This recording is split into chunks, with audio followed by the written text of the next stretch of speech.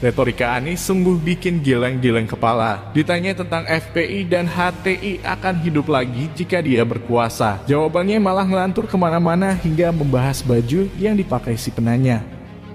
Tapi kan kedepannya ada pilpres nih, dan ada mungkin beberapa orang atau mungkin ada orang-orang yang berasumsi, rumor yang bilang bahwa wah nanti kalau Pak Anies Baswedan jadi presiden, nanti organisasi-organisasi seperti FPI, HTI yang sekarang dinyatakan sebagai organisasi terlarang nanti bisa dikembalikan lagi dan tidak dilarang dan akhirnya jadi berkembang lagi. Bicara tentang masa depan, lihatlah masa lalu. Lihatlah masa lalu. Okay. Jadi ketika kemudian kita memberikan asumsi, lagi-lagi asumsi ya. Yeah. Asumsi itu diulang-ulang seakan itu kenyataan.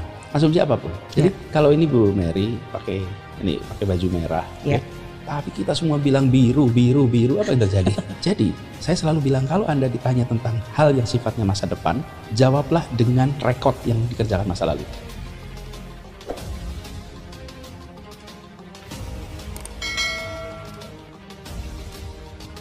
Anies Baswedan, capres pujaan Bani Kadrun ini memang sangat pantas jika dahulu mendapat julukan sebagai gubernur kata-kata. Dari awal ketika dahulu dia mencalonkan diri sebagai gubernur, si WNI keturunan Yaman yang sekarang sangat berambisi menjadi penguasa bangsa Indonesia ini memang sangat pandai merangkai kata untuk mengelabuhi warga Jakarta supaya mau memilih dirinya. Dan ketika dia sudah menjadi gubernur DKI Jakarta, ternyata sangat jauh dari ekspektasi warga Jakarta kala itu, yang sudah sangat terbuai dengan janji manisnya. Apa yang dahulu dia janjikan melalui rangkaian kata-katanya, semuanya tidak ada yang beres dan tidak ada yang benar-benar berhasil diwujudkan olehnya.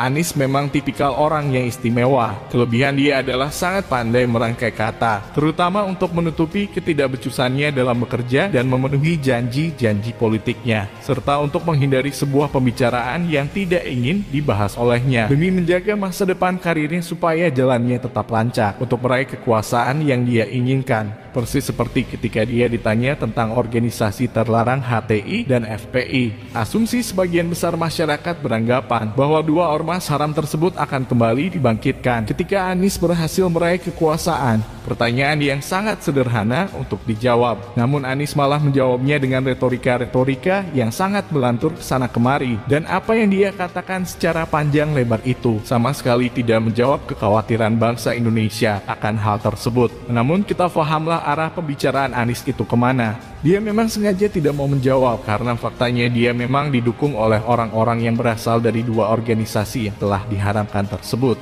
Namun jangan khawatir, meskipun Anies tidak secara tegas menjawab pertanyaan yang diajukan kepada dirinya, tapi di situ ada celah di mana Anies mengatakan sesuatu setelah beretorika kemana-mana, yang mana ucapannya itu merupakan sebuah jawaban dari apa yang dipertanyakan. Simak dengan seksama apa yang dia katakan, maka kita akan mendapatkan jawaban tentang sikap Anies kepada FPI dan HTI jika seandainya ada kemungkinan terburuk capres keturunan Yaman ini bisa menguasai kita bangsa Indonesia. Jadi, saya selalu bilang kalau Anda ditanya tentang hal yang sifatnya masa depan, jawablah dengan rekod yang dikerjakan masa lalu. Karena itulah yang paling valid. Nah, masa lalunya Anies seperti apa? Masa lalunya Anies didukung oleh FPI dan HTI. Berarti dengan melihat berkaca ke masa lalu bahwa Anies masa lalu adalah didukung oleh kelompok FPI dan HTI, maka besok bisa jadi dia akan merangkul pendukungnya. Saya kalau ambil keputusan itu 4 hal. 1, apakah memenuhi rasa keadilan? Oke.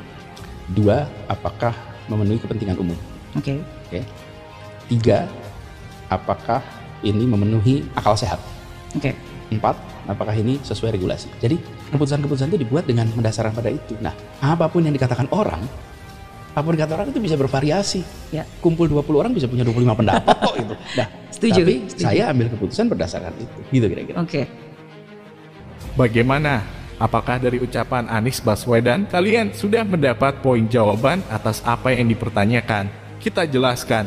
Anies memaparkan ada 5 hal yang dia lakukan dalam mengambil sebuah keputusan. Kemudian setelah itu dia mengatakan apapun yang dikatakan orang itu bisa bervariasi. Kumpul 20 orang bisa ada 25 pendapat yang berbeda. Artinya Anies mengatakan apa yang menurut kita salah belum tentu salah di mata Anies dan gerombolan Bani Kadrunnya. FPI, dan HTI yang bagi kita merupakan organisasi yang sangat mengancam eksistensi negara kita dan wajib hukumnya bagi kita untuk melenyapkannya. Bisa saja menurut Anies Baswedan, dua ormas haram tersebut adalah organisasi pejuang yang wajib untuk tetap dipertahankan dan dibesarkan. Pandangan yang berbeda dalam melihat suatu masalah. Kita khususkan dalam hal ini masalah FPI dan HTI. Menurut Anies adalah hal yang wajar dan dia akan mengambil keputusan berdasarkan pandangan dia yang jelas berbeda dengan pandangan kita bangsa Indonesia. Artinya sudah jelas Anies akan mengambil keputusan tentang HTI dan FPI berdasarkan pandangan dia, dan besar kemungkinan pandangan Anies tentang dua ormas haram tersebut akan sangat berbeda dengan pandangan kita. Itulah jawaban Anies tentang sikap dia terhadap HTI dan FPI. Jika seandainya nanti dia bisa menguasai negeri ini, sekarang tinggal kita. Apakah kita akan membiarkan ormas haram pengancam negara kita tersebut akan kembali dihidupkan oleh Anies Baswedan jika nantinya dia bisa merebut kekuasaan?